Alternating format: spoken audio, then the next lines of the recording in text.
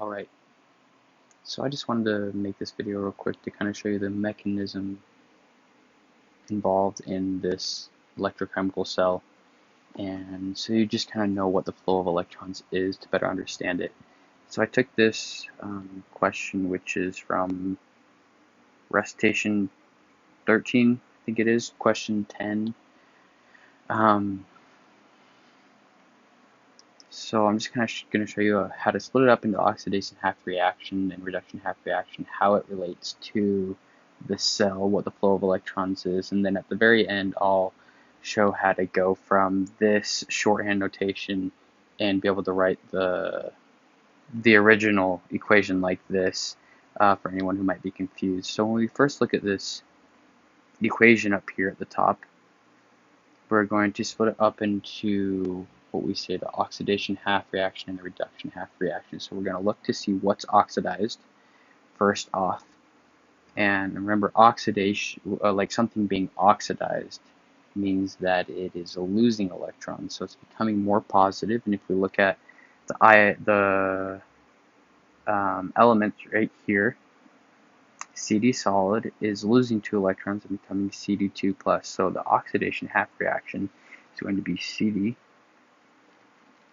solid goes to CD2 plus aqueous, but do not forget we also have to include the 2 electrons that are separated or taken from this solid and include on the product side.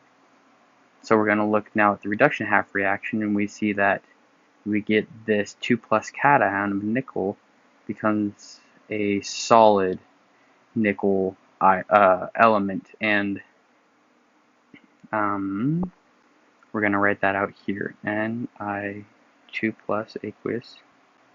But remember, because it's being reduced and is gaining electrons, we're going to include the electrons, 2 of them, on the reactant side. It goes to Ni solid. So how does this relate to the electrochemical cell? Well, I wrote right here, oxidation half reaction is actually what happens at the anode side of the cell. Reduction half reaction is what happens at the cathode side of the cell. Now, the way that we see them in the recitation and in class, typically we have the anode on this left side and the cathode on this right side. But it could totally be switched. If we have oxidation happening on this side of the reaction and reduction on this side of the reaction, then this would be the anode and this side would be the cathode. We don't always set it up the same. Most of the time we do, but that could just be, I don't know, something to test your understanding. But just understand that it could be switched, and it depends on whether it's the oxidation half or the reduction half reaction occurring that distinguishes the anode from the cathode. So we'll keep it left to right in this case, and oxidation occurs at the anode, and I'm going to write it right here. We have each of these solid compounds, cadmium, I think, and then nickel. They represent these 2 solid electrodes that are sticking into our solution. So we can write this right here, CD solid and nickel solid. Now, because cadmium is being oxidized, it is losing electrons. So what's happening to those electrons? Well, CD solid is going to lose 2 electrons. Alright, I'll draw this in blue. 2 electrons are going to travel up this wire, and they're going to continue, but I'll come back to that. But because we oxidize cadmium and it loses 2 electrons, we actually get the cation of cadmium, which is CD2 plus, right? Aqueous. And so this solution in here becomes increasingly positive because we have the cadmium 2 plus cation being produced as this reaction occurs. Hence why we have this salt bridge right here.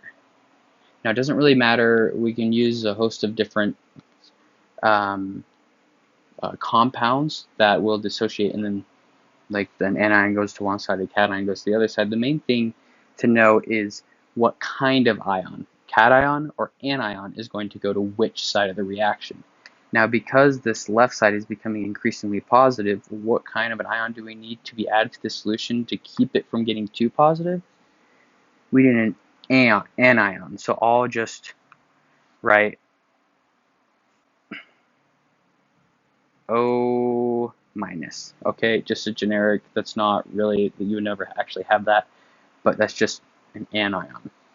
So back to these electrons are going to flow up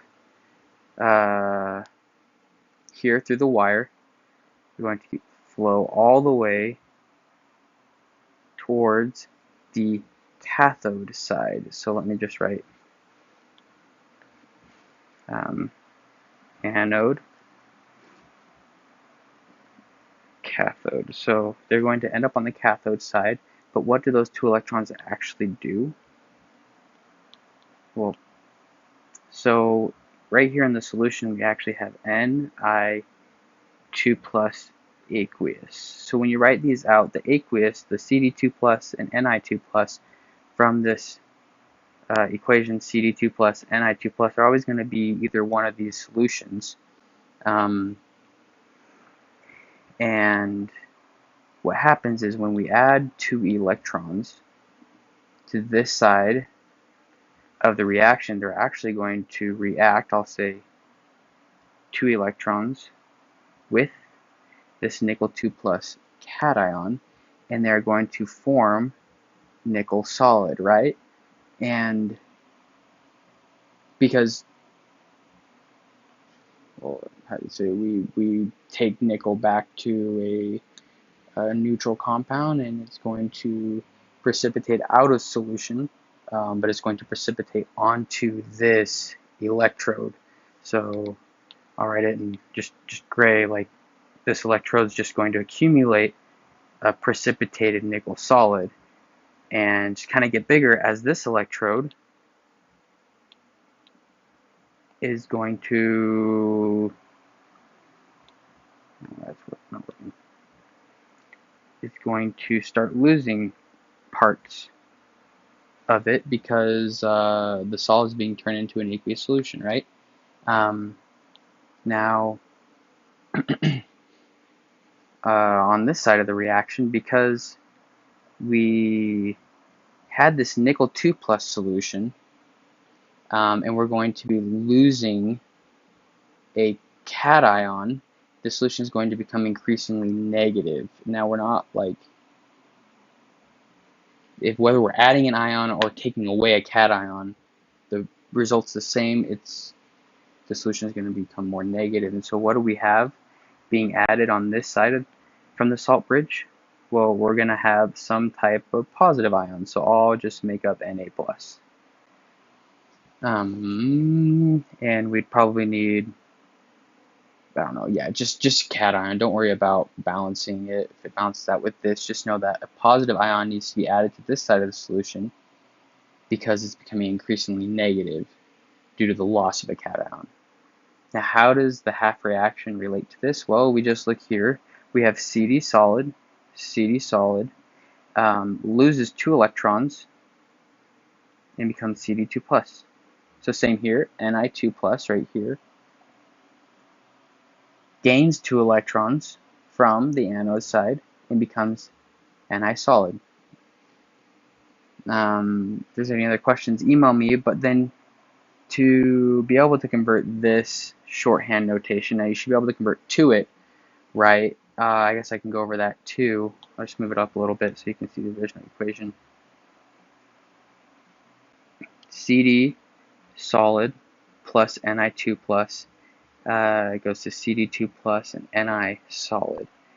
So basically these are the half reactions pretty much written out. You could totally, if you had to convert from the equation to the shorthand, you could just take this, write out the half reactions.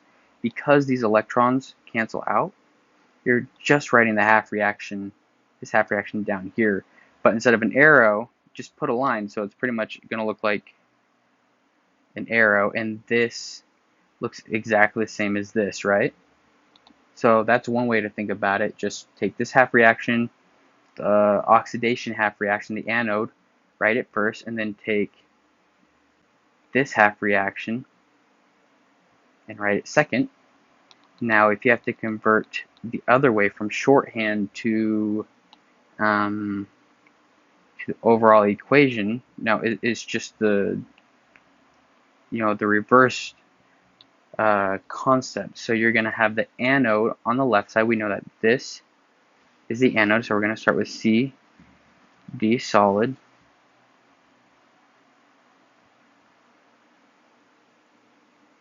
And we are going to, because obviously we're not going to have CD solid reacting with CD2 plus, right?